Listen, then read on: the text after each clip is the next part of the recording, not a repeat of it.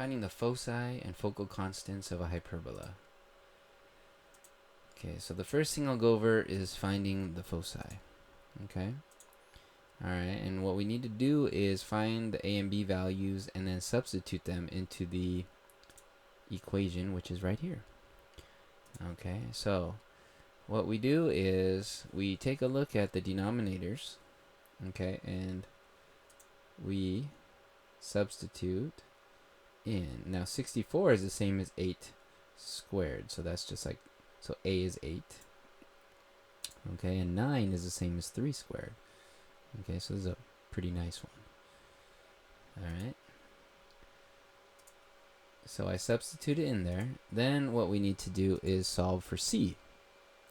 Okay, so what we do is we solve for c by squaring these, adding them, taking the square root of both sides. So now I know that c is about 8.54.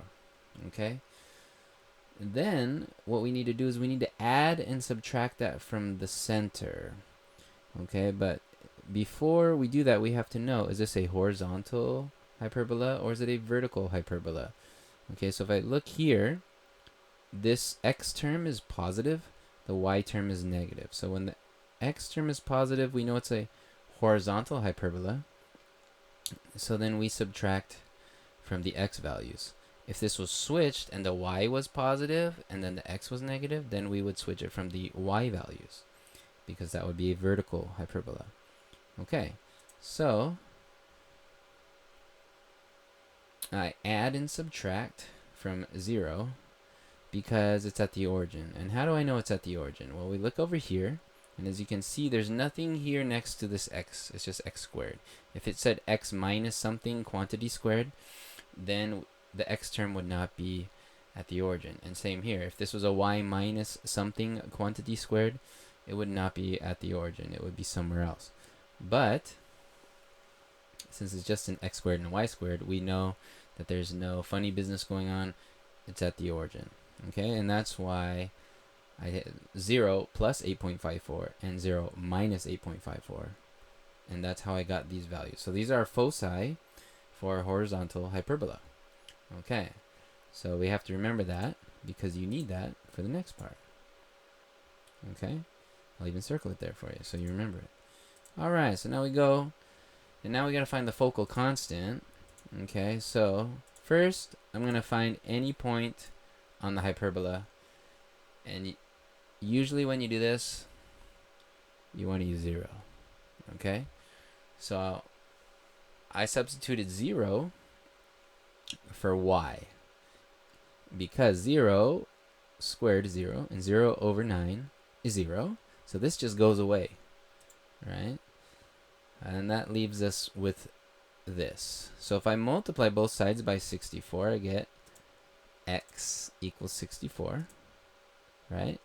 And I take the square root of that of both sides, and I get x equals 8. So I get 8. I get 8 when y is 0. Okay? So there we go.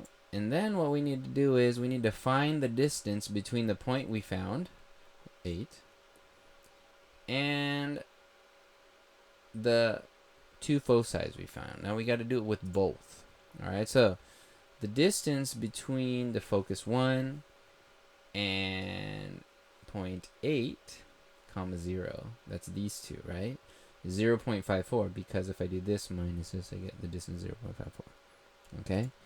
Now the distance between this point and this is a little different, because 8 is way over here. If I drew a imaginary number line, if you can think about it, right here, 8 would be over here. Negative 8.54 would be way over here. Okay? And so if you subtracted them, you would get 16.54. Okay? So now I got the distances between the point and the two different foci. And the last thing what we want to do is subtract the two distances that we found, and then you would get that focal constant as 16. And that completes our problem.